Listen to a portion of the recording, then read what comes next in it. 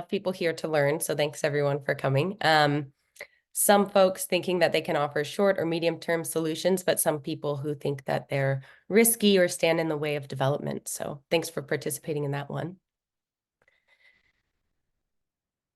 And then we have one final question, which is curious of the group of the people joining today, if you've purchased water from a vendor before.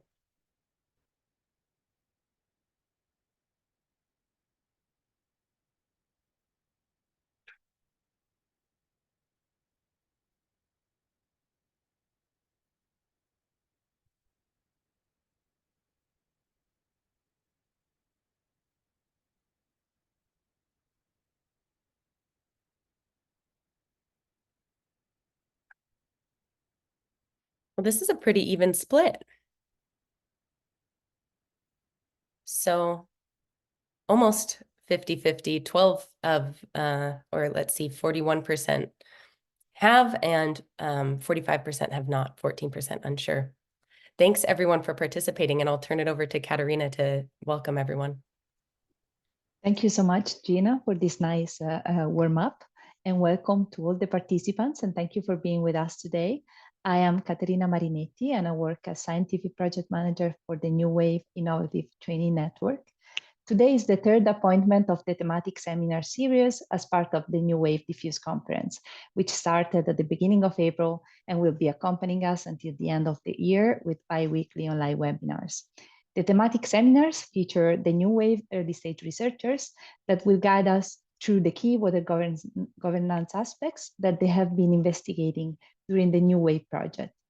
Today's seminar started with Gina Gilson, which will now continue with her lecture titled Corrupted, Co-opted, or Co-produced, Exploring the Dynamics of Linkages Between the Formal and Informal Water Sectors.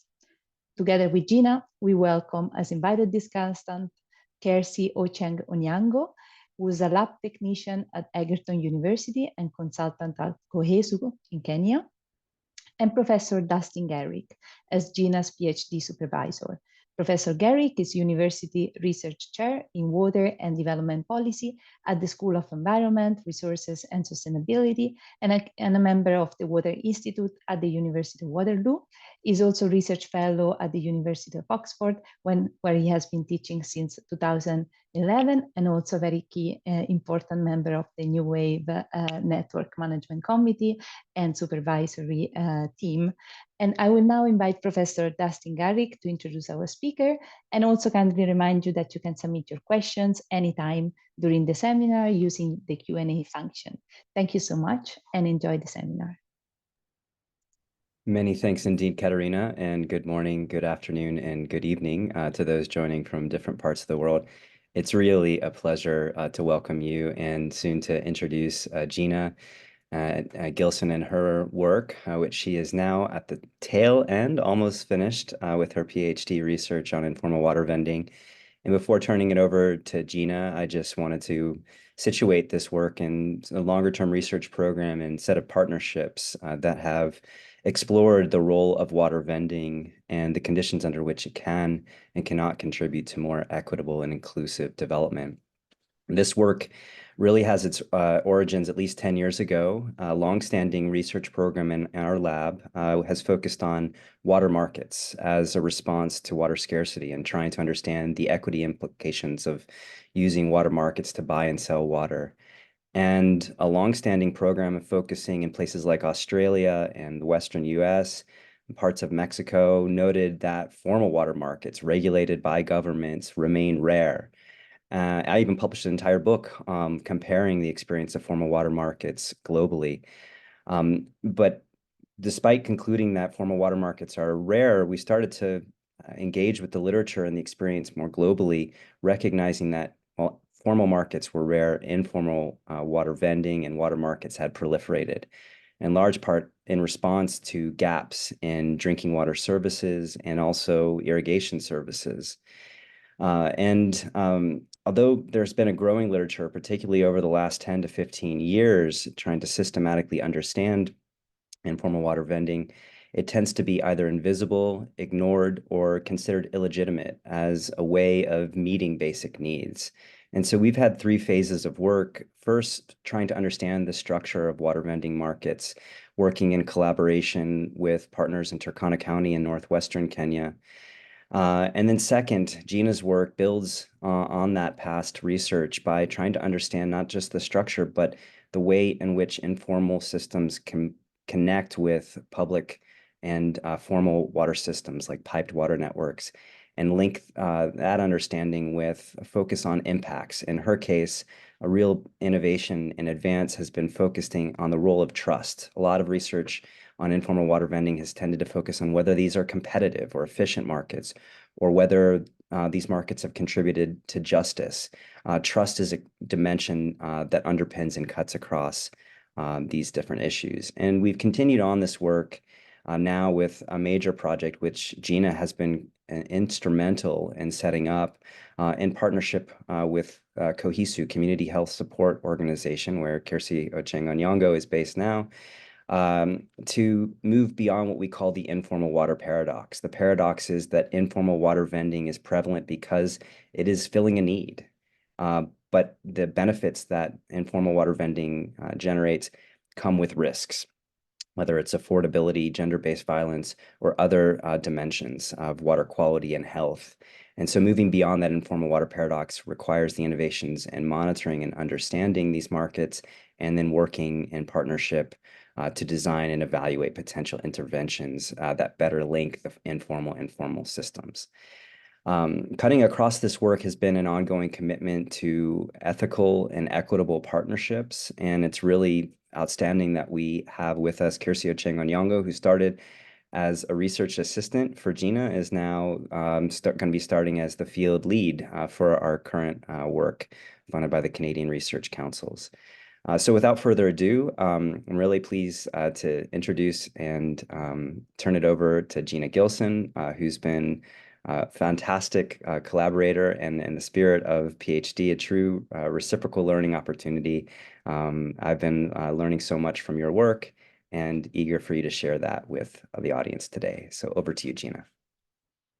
Amazing. Thank you so much, Dustin. That was a great introduction, and love the opportunity to situate the work that I've done in the bigger project and how I came to this.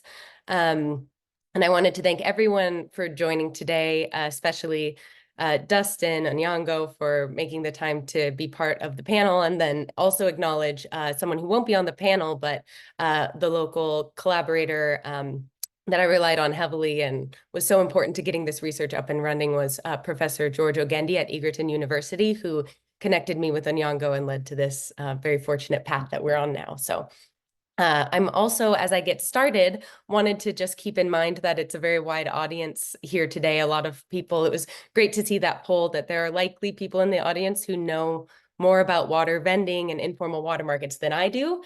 And also people like family and friends who are tuning in to hear what I've been up to for the past 3 years. So I'll be trying to keep that in mind and keep this accessible. And I wanted to start too, I think in the previous lectures, the other early stage researchers have mentioned that a lot of us are coming to the end of our PhD journeys. And I wanted to take a second to reflect a little bit and introduce myself and talk a bit about that academic journey and where it all began, because this is something I have been thinking about lately.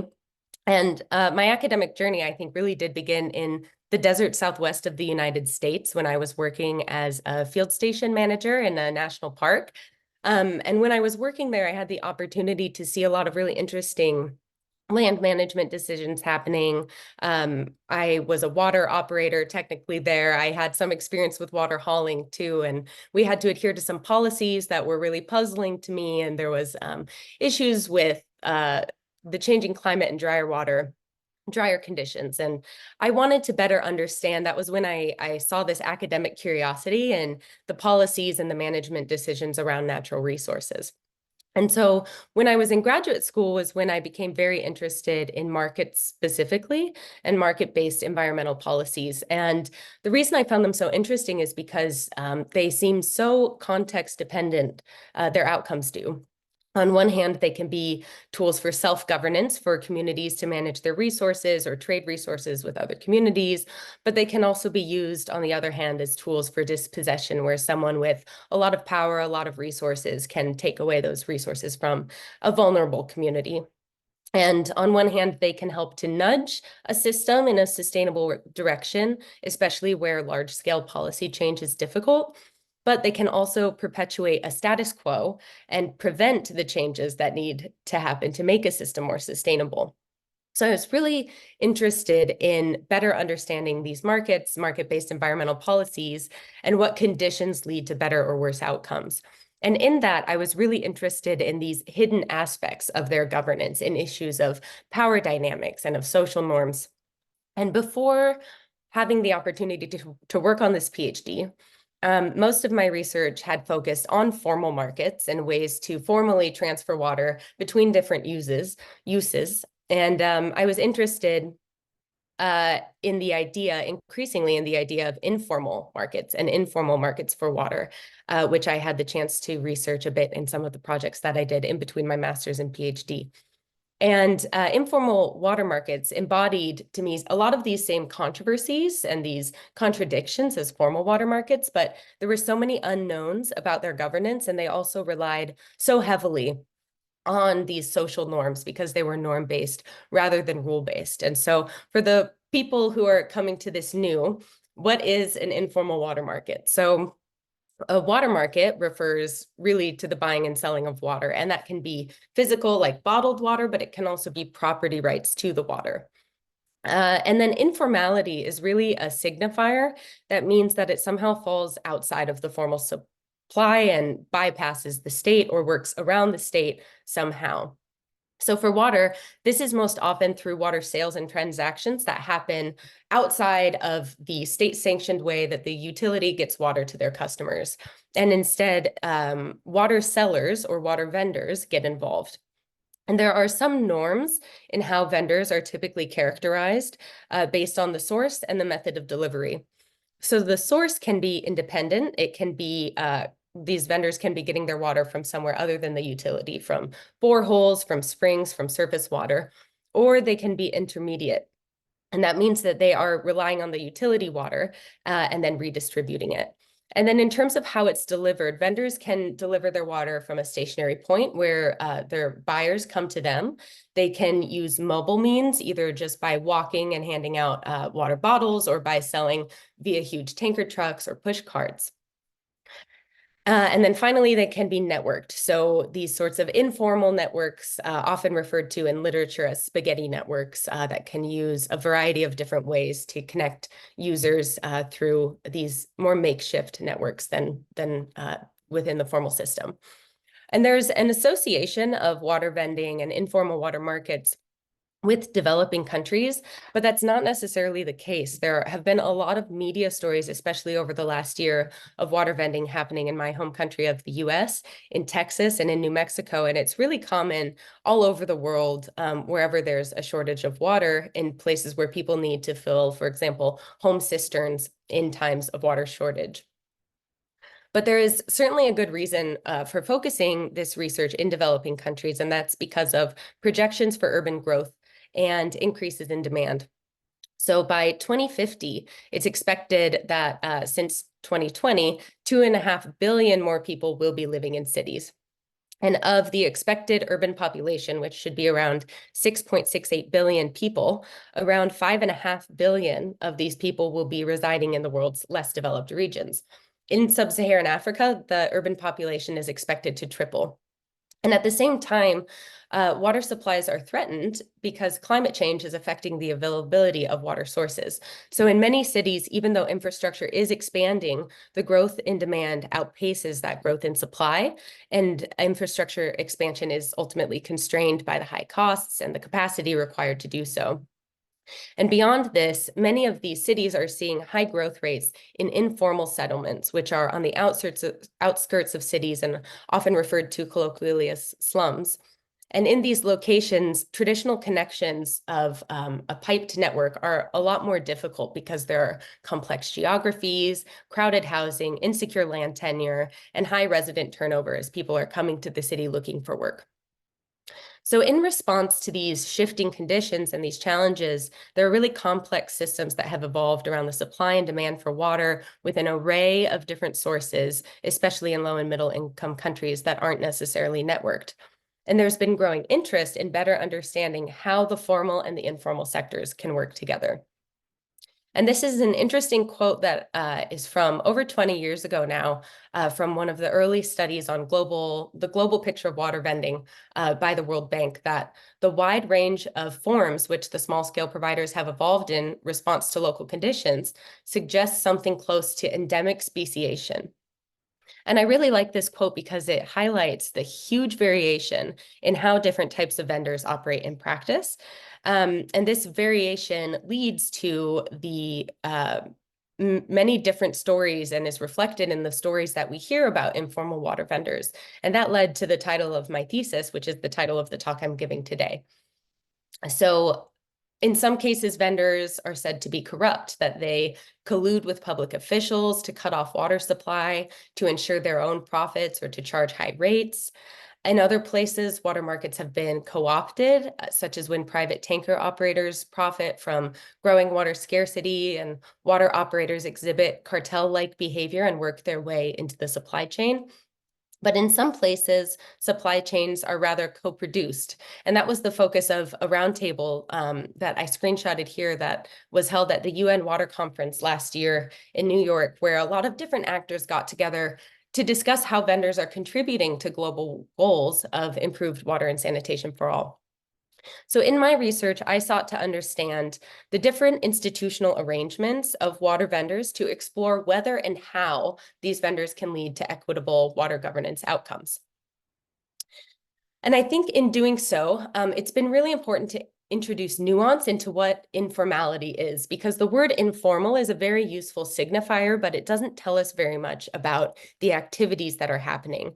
And I've received some very constructive thoughts and criticism throughout the research and throughout some discussions with also the NEWAVE network, that informality itself cannot be a solution because there's no accountability within the informal sector. But I think informality itself is often very rare, that moving beyond this lump sum term of informality will help us to better understand what it is we're talking about. Because in practice, there are a spectrum of different ways that vendors work with and alongside formal actors.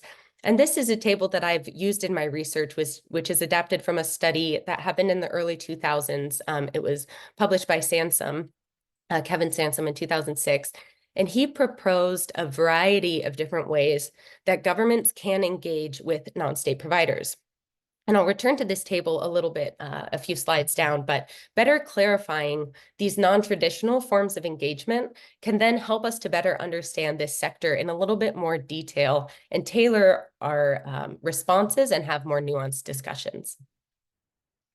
So in my first research question for the PhD, I wanted to see if I could characterize the literature in sub-Saharan Africa using this more nuanced approach. So moving beyond the norms that I referred to earlier of talking about the source of water and the method of delivery, and also characterizing how water vendors are situated within the formal sector. And I use the formal sector to refer to both the state and to state-sanctioned water delivery methods, which can often be through the private sector. So I conducted this systematic review. I looked across 32 different studies that were across 10 countries and looked at over 150 different supply chains that had different paths, both between the source and the consumer, and different relationships with the formal sector. In doing so, I found that there were 5 main hotspots of research. So that was in this map you can see here: Kisumu in Nairobi in Kenya, Dar es Salaam in Tanzania, Maputo in Mozambique, and Accra in Ghana. And in doing this research, I found that most of the studies published on water vending do bias towards urban informal settlements. So this is really answering questions about urban water supply and supply for the household use, but there is a bit of a blind spot around how this is happening in more rural areas. And one of the places that a vendor might work with the utility is at the source. And so one of the questions that I looked into is whether the recorded vendors, where they source their water from. Earlier, I said that vending can be, water vendors can either be intermediate or they can be independent. And this is really interesting to understand because it tells us within a given context whether vendors act as new water supply, if they're filling a gap in that demand, or if they're acting as service providers and extending the coverage of the utility.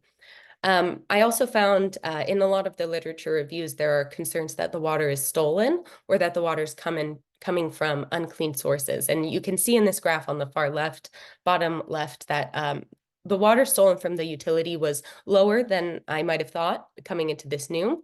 But the plurality of supply chains do purchase water from the utility to resell.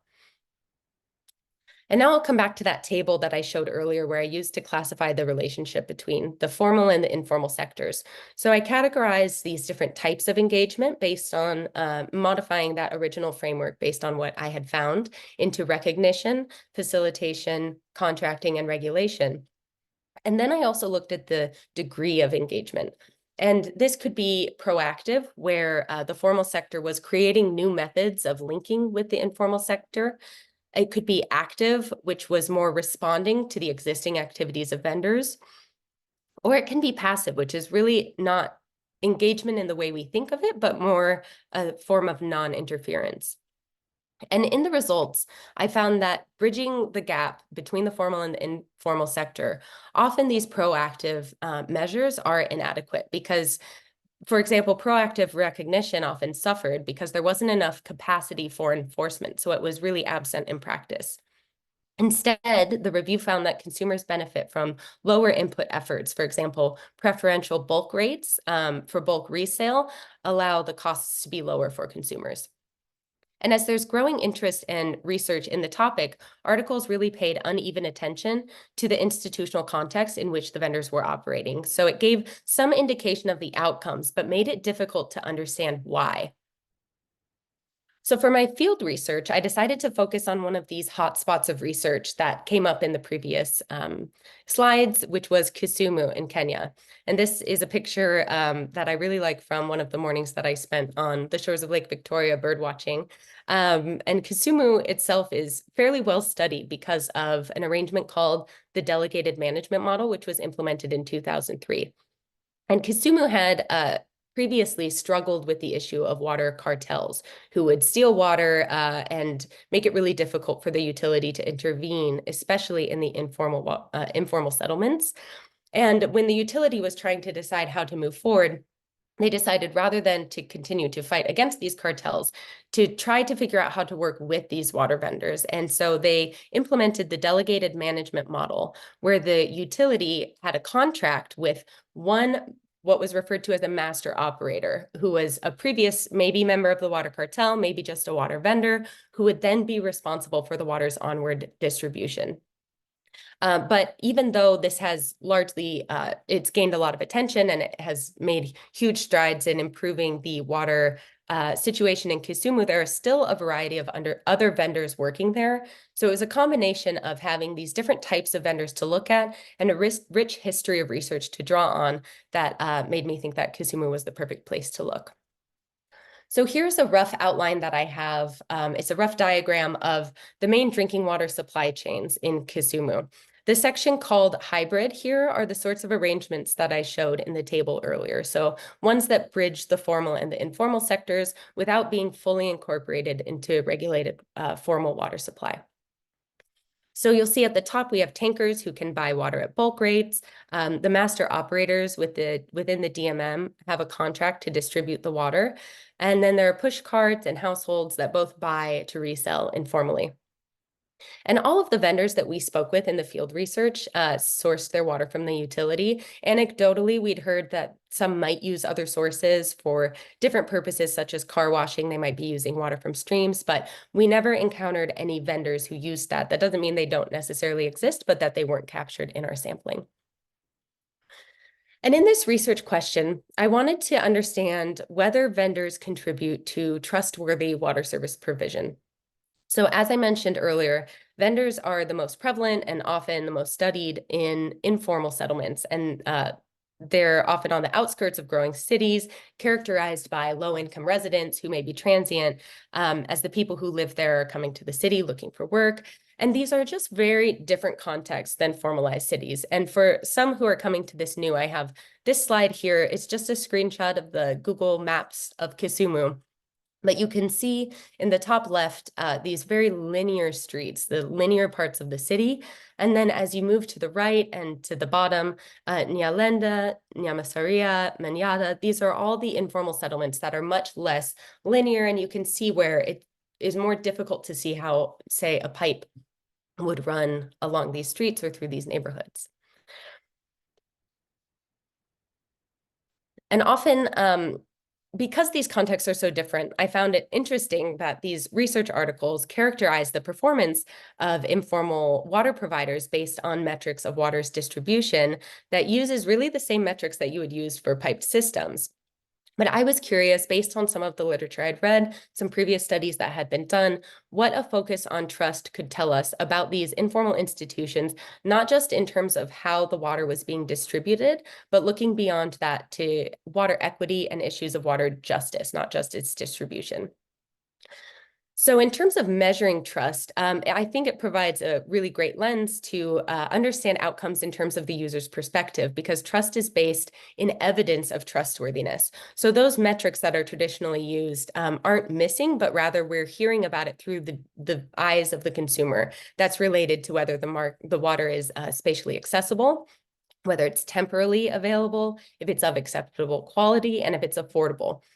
But trust goes beyond that by incorporating social aspects related to social dynamics, access to decision-making, trust in the design of these institutions, and also trust in people in terms of perceptions of fairness, corruption, and bribery. And so I focused the study of trust in the relationships between these three main groups that were involved in the water supply chain: in the formal utility, in the informal water vendors, and then in the consumer. And I looked at trust in performance, in design, and in people. And I think in exploring these questions, just a quick note on the methods is that I relied really heavily on these in-country collaborations, especially with Anyango, who's here today, and then my co-supervisor through the NEWAVE network, who's based locally at Egerton University, who I mentioned earlier. I was also really grateful in this stage of the fieldwork to have the ESR group to be able to talk through different field research methods and ensure that this approach was the right one. So this is just a quick map, especially for those who are familiar with the context, to show where we conducted the sampling. We used purposive sampling with users across vendor types and with key informants. And in total, this was a total of 79 interviews that we conducted. So we looked within the city, within the central business district, and then with a variety of different informal settlements, including Nyalenda, which is more urban and has been developing for a bit longer, and then moving further to the outskirts of the city to Manyata, Nyamasaria, and then the farthest out was Buye. And ultimately, we found that consumers have lower trust in the utility that they do in the water vendors. And I'll move here clockwise. So in the top left, we found that consumers have experienced a few water quality challenges, especially related to the water from Lake Victoria. But on top of that, supply interruptions have created a sense of distrust. And with these challenges, consumers feel and felt a lot less empowered to solve these problems with the utility than they did with the water vendors, which contributed to these feelings of trust or not. And it's important to note, I think, that the utility is aware of this. And in our key informant interviews, we heard about the ways that they're trying to create better relationships with these potential customers. On the right, we found that consumers have more trust in vendors than the utility. They had more optimism that vendors look after the needs of the community. They also feel a lot more capable of solving problems with vendors than the utility. The one issue that really stood out in terms of trust in the vendors was that they didn't necessarily trust the vendors to charge low prices. They were aware that the prices were higher that the vendors charged. And on the bottom left, when we looked at the relationship between the vendors and the utility, we found that trust was lacking. So vendors who had more interactions, such as those within the delegated management model who had contracts with the utility, felt that engagement efforts aren't necessarily meaningful. And the people who had fewer interactions with utilities, such as the hand carts who work more or less informally buying the water and reselling it, who are just tacitly recognized, they have more positive perceptions of fairness. And this makes sense as the utility is concerned about the resurgence of the water vending cartels, which are what the delegated management model was meant to deal with in the first place. Ultimately, the delegated management model itself showed how these linkages between the formal and informal sector, how these co-produced arrangements can leverage social trust and leverage relationships to support the delivery of safe and affordable water through a partnership that really helps to establish trust among community members. And our results showed also that there is a bit of an endogenous, a community-based monitoring system that's emerged that has helped cut down on vandalism and illegal water connections. And I wanted to return to this issue of the different framings of water vending as well, because vendors are often stigmatized for hiking rates, for creating artificial shortages, or for selling dirty water. But in the case of Kisumu, we found that vendors really were providing this last mile connection to those who are unserved and using the utility water to do so. And issues with diseases have lowered significantly and are rare. However, in the key informant interviews, there was a persistent stigmatization of water vending, not across all key informants, but across many of them, especially who were working at the government and county level. And I wanted to read this quote from one of the first interviews that I did with Onyango. It says, "First of all, I want to appreciate that you have not seen carts being pulled with water. I've seen none. If you've seen one, you can show me a picture. There's no such thing. There's no carts. There's no vending of water." And I had taken this picture of this vending cart. And it's important to put this in context, which is that hand carts in Kisumu are much less prevalent than they were 20 to 30 years ago when they were the main means of getting water supply, especially in the informal settlements. And generally, the expansion of the delegated management model has increased the availability of the utilities water, and it's been successful in expanding connections in some of these informal settlements, such as Nyalenda. But there are other informal settlements and ones that are growing more rapidly now, like Manyata, Obunga, Nyamasaria, that still relied on these handcart vendors. But the case study had pointed to the consumers in these places appreciating the services of handcarts, but government actors often minimize the role that they played. So despite all of this progress, the stigmatization of vendors in Kisumu didn't seem to be rooted necessarily in poor water quality or the issues of cartels like we might have expected. So we were curious to understand why this was still happening. So I used a framework from Tiffany Morrison and colleagues to examine where the stigmatization of vendors holds power and to examine more of these power dynamics that might lead actors to be denying the existence of these water vendors. So this analysis allowed me to look at power in how institutions are designed, in how the rules are interpreted, and in how issues are framed. And at the international level, vendors and the national level, vendors are increasingly acknowledged. So at the international level, I mentioned earlier that roundtable that was held at the UN Water Conference, that the World Bank has proposed especially a mindset shift to accept off-grid supplies as an equal partner to pipe supplies in meeting the Sustainable Development Goals, which would really be quite a radical change. And at the national level, Kenya has recognized that vendors do have an increasing role to play, especially in the near and medium term, accepting that they are a reality of water supply, and they've provided a variety of avenues to incorporate them. And here I have a screenshot of one of the reports that is the guideline on water vending from the regulator in Kenya. But their recent institutional changes in Kenya have delegated water service provision to the county level. And at the county level, these ideas have really lagged. And this is where I want to introduce this idea of the modern infrastructure ideal, which holds a lot of power. And that refers to the ideal of a networked city, which is the safest and the most desirable way for citizens to receive water via a pipe to their home. And it's important to note that when thinking through this ideal, vendors are very often framed as a response to the failure of the state to provide water to its citizens. But in reality, these vendors have always existed alongside the development of piped infrastructure, and they've been recorded in the literature from the early 1960s in the Drawers of Water study. And so treating them as something new or as some sort of failure is really inaccurate. And this idea still that the modern infrastructure ideal is the best way, and this has really informed how vendors are stigmatized in contrast to this ideal, because it still does hold a lot of power. And the way this is operationalized is through the labeling of differences, the association of negative attributes, and the separation of us versus them. And one of the most striking things isn't necessarily the way that the vendors are actively stigmatized, but how these vendors are omitted by key informants in the conversations that we had, in county policies, in local policies, in strategic planning. And the concerning thing about the omission of these vendors is that they often service informal settlements, which are already marginalized.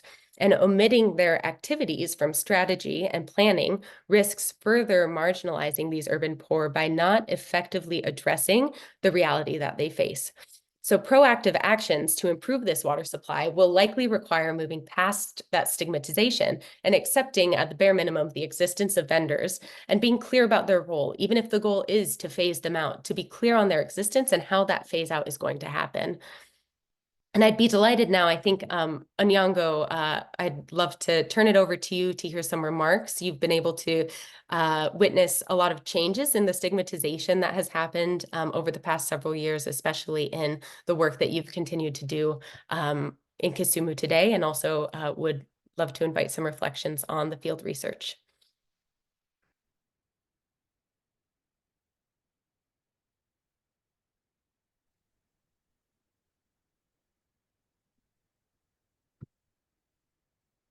Hello. Gina, can you hear me? Yes, we can hear you. Yeah, I lost you there for a moment, but it's okay. Thanks, everyone.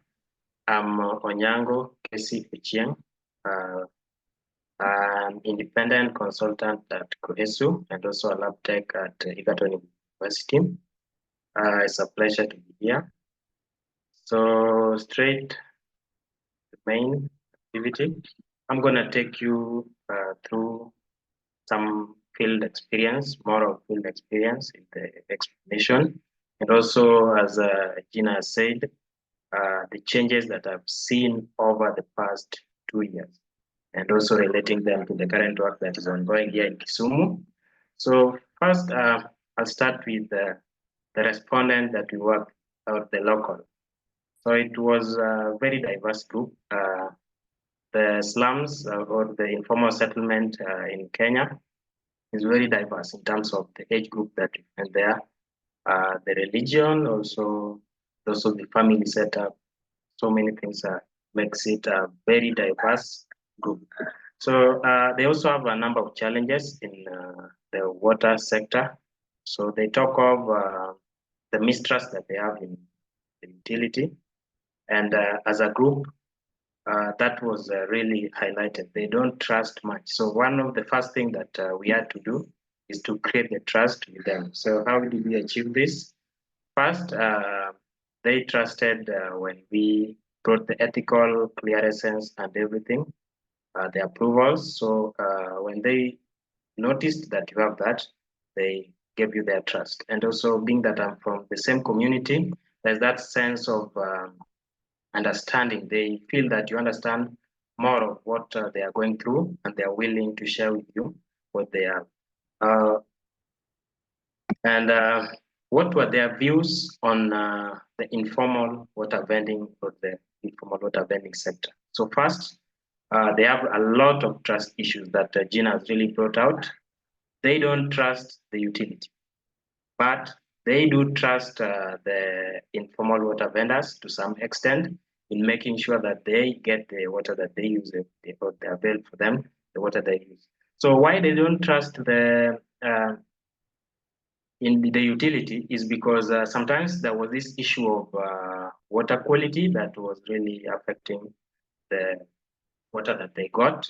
So that was one of the major issues that came out as well. They don't trust the utility.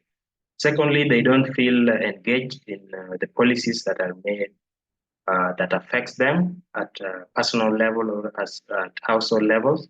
So those are some of the things that they felt they were not in the group or among the people who came up with this law that actually affect them and they expect to participate in them. And some household came out to be really affected by the water issues or lack of water. So that was seen in Manyata more of, because in Nyalenda we had DMM, delegated management model, that actually helped in ensuring that people got more water. So you could find that there were few handcuts in Nyalenda, because when you asked why, they say that the DMM, which was the utility, delegated those activity to a person, the master operator, to provide to the community, really help in gaining their trust. And the issues of vandalism and so on was not there, because now people trust that this is our thing owned by one of our members, and we should actually protect what is within us, what is owned by us. So DMM really helped with the issues of vandalism and the mistrust that people had in the utility in Nyalenda. And talking of where women were in the whole issue of water vending, we found an interesting case in Yamasaria where the MOs, or the master operators, who were women, most of them failed. The main reason we were told that these women were not very literate. At the start, there were literate people who had learned about financial management and many other things, management, and they could manage the money. But when they left, maybe to go and look for other jobs and so on, the women who remained, who were trusted by the community and held the high positions in the DMM, could not manage, because now they were not very literate as the other guys, so most of them failed. And they viewed water vendors, the informal water vendors, as very important in providing for them water. So they view them as more very important than the utility in making sure that they got the water at their doorstep. What can we say was the perception of the water vendors for both the utility side and also the consumer side? So the water vendors feel that they are very important in making sure that they provide water to the community, to the consumers, but they find little recognition and stigmatization, something that Gina has talked about, from the utility. So the utility by that time did not recognize them so much, and there was that stigmatization that the people who vandalize these things, these water pipes, and because they want to sell water. So they thought that that is how they saw them. And there was lack of inclusion. So they were not included in most of the decision-making processes, and they felt left out to some extent. They felt that the consumer, there's trust in them. There's some level of trust compared to the utility. So between them and the utility, the trust is low, but between the vendors and the consumers, the trust is much higher. And also one of the things that made the trust higher between the water vendors and the consumers is because they have that sense of these people come from our community, so they cannot do us wrong. Yeah, they have our interest at heart compared to the utility, which they didn't perceive as not caring much about. They felt that to some extent they don't care as the water vendors care about it. So what's the outcome that we can get from this?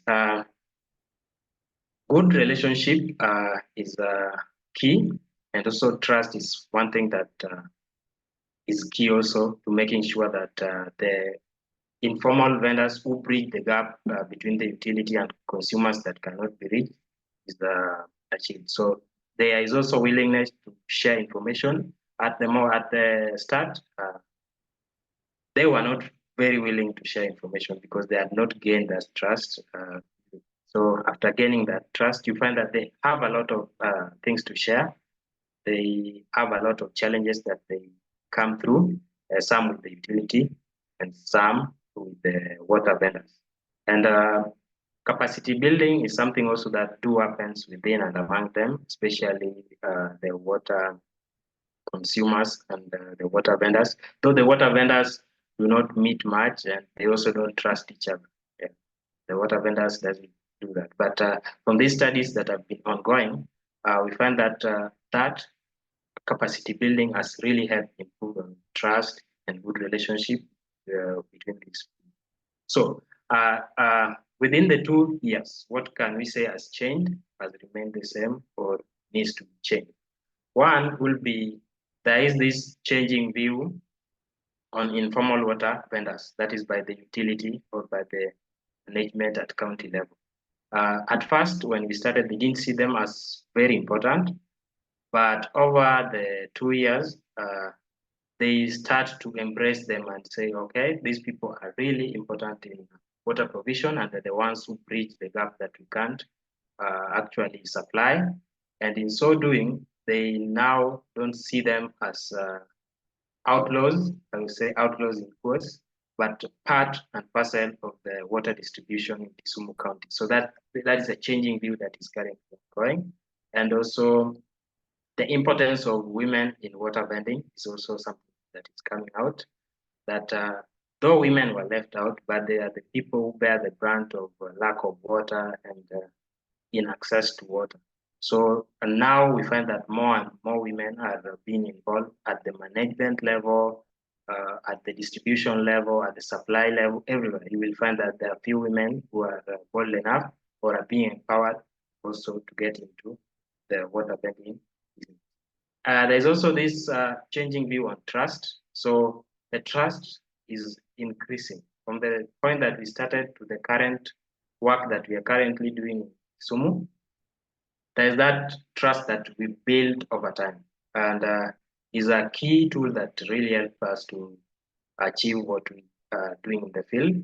So the utility trust, to some extent, I've started trusting the water vendors, the informal water vendors, though not fully, and also the consumer trust vendors more because why this trust is increasing is because now they know where some of their informal water vendors, say for handcarts, get their water. By knowing where they get their water, they ensure that, okay, I know the quality. If it's from the utility, because most water in Kisumu is got from the utility, is when it's being distributed by the informal water vendors. So that brings out the trust. Yeah, that's something we are seeing is changing over the years. So I will say that generally, the study has really helped inform from the one that was done in Lodwar all the way to the moment that at the moment the study that we are currently carrying. It has really changed the views on how people took or saw informal water vendors. They were seen not as very important. They were seen as people. They were stigmatized by the utility, but only embraced by the consumer. But that's changing, and the utility is embracing them, bringing them on board, and trying to be part and parcel of the whole water supply sector. So that is what I would say from my end. Thank you very much, Gina, and give it back to you. Thanks very much, Anyongo and Gina, for a really excellent presentation and reflections on Nyongo. We have only a few minutes, but in the spirit of co-production, would be great to focus on some of the comments and questions that are coming in. I think we have time for maybe 2 rounds, and I've identified a couple of clusters, and I'm going to direct these to you, Gina. For those that we don't have time to cover in depth, we can hopefully address these and make them available with the Zoom recording.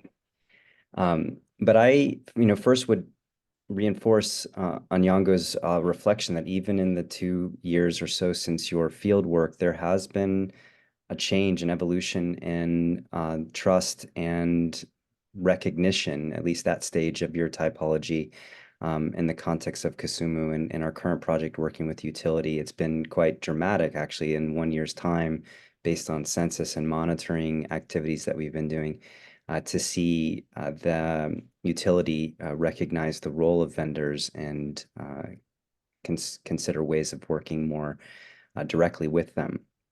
And that seems to be reinforced by one of the comments from Abelardo in the Syrian context, noting that groundwater markets emerged in the mid-90s and were rejected, but now are a priority for governments, and very much in line with what we would expect, that in many cases, informal markets emerge and then they become recognized and regulated. Moving on to the 2 clusters of questions. One, I would say, is around scope and definitions. So we've got a question about, again, from Abelardo, of how you differentiate informal water markets for drinking versus for other uses, and where does the human right to water fit in?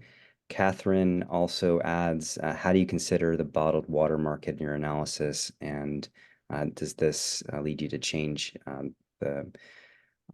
your views about the connection between the informal and formal settlements? So I'll stop with those around definition and scope, and then the second cluster, just to give you a chance to start reflecting, will be around co-production and trust. So over to you, Gina. Awesome. Yeah. And I think one of the interesting things too, with your reflections of how things have changed, is that when I was starting, or when I did my field work, there had been a bit of a change happening in how those water vending guidelines were being implemented.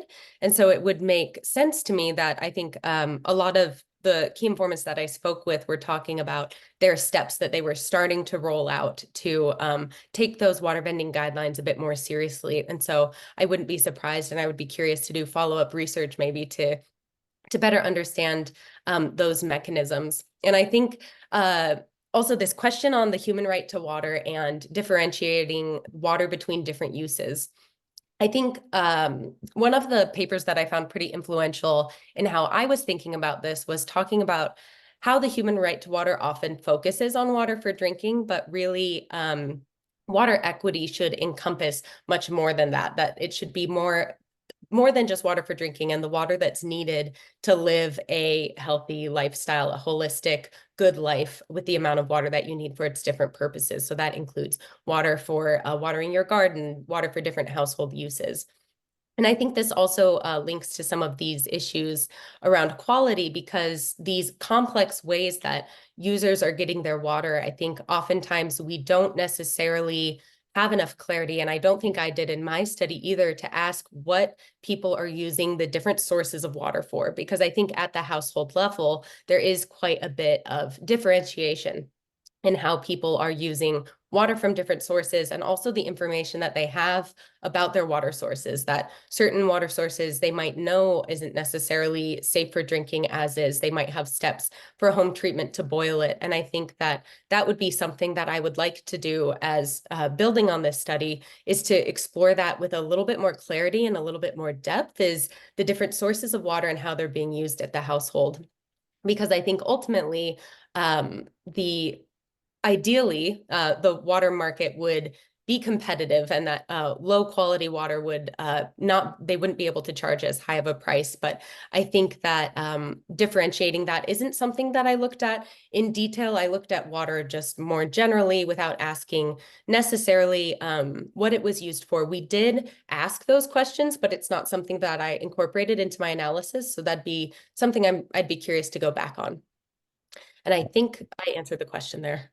Yeah, you did. And this is going to be a hyper lightning round, so I'll try to keep my synthesis of the questions short. But you have a number of questions around how do you make the link to Ostrom's co-production? They relate to the linkages between the informal and formal. So how do you make the link between Ostrom's work on co-production? What's your opinion on the acceptance and formalization of vendors? And what is your view on the relationship between relationship building and trust in this context, and why? And someone else asked about how you define trustworthiness in this context. So this is your chance, 1 minute. What do you want to say about co-production and the implications for trust? Well, I could certainly go off for a very long time about co-production. I love that branch of the literature too. And I think one of the most influential papers early on in my research was the institutional economics paper by Raimajee and Peniagua, 2021, on the institutional contingency of the nature of goods and services. And I thought that was so interesting that the way that we think about the classification of goods and services, we often think that there's something inherent about water itself, but really how it's packaged or how you come to water changes the nature of the good and the institutions that are best suited for managing it.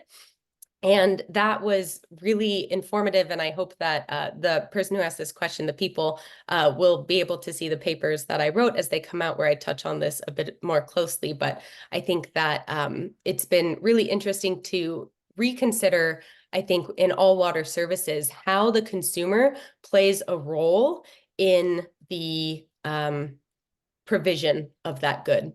And so I think in water vending, we often think of vendors not as consumers, but really they are citizens who are getting involved in that service delivery. And the sort of knowledge, that sort of trust building is all part of this underlying infrastructure that makes that co-production successful or not. And I think just a note on how I'm defining trust, I think trust has been really interesting to study because it seems so intuitive, but it's actually quite difficult to operationalize. But trust is really referring to the confidence in the ability of someone or something to do what it's supposed to do. And so I think that that sort of confidence, there is so much behind that beyond just how the water service provider performs, that the role of social norms, the role of trust building has quite a lot to say in the trustworthiness. And I know this is a really short answer and leaves a lot unsaid, but I wanted to say thank you. And also maybe we'll have to turn it over to Katerina to wrap up now.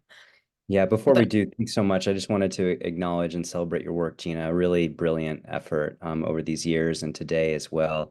And thanks so much to the audience for engaging so much with your work. There are a number of questions that we haven't had time to address, but we will try to do that as part of the posting.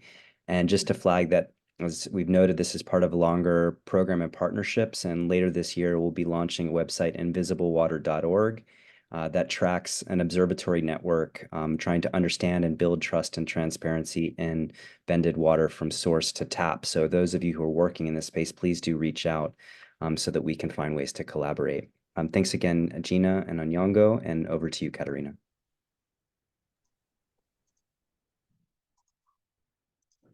Thank you so much, Dustin, and great to hear about the upcoming initiatives that are expected for this year. And thank you to everyone, like to Gina, Kersey, and Dustin for this great lecture. I think it was very, very insightful and also great to see the comments and feedback from the audience. Before we close the seminar, I would like to remind about the upcoming seminar that we have in 2 weeks from Donna Jaja on recommoning water, a counter imaginary for democratizing water governance. And please remind that this time it will be in the morning, Central European summertime. And of course, after 2 weeks, we will meet again for this time. It's an open invitation to speak about decolonizing by unmaking co-research process with Paula Zuluaga Guerra. And it will be on the 19th of June at 2 p.m. regular time for the seminar series. Once again, I also want to just remind that you can always consult our website for the upcoming seminars towards the end of the year. And I want to say my appreciation for the partners and the host institutions of NEWAVE. And again, thank you all for your attention and hope to see you in 2 weeks. Bye. Thank you so much.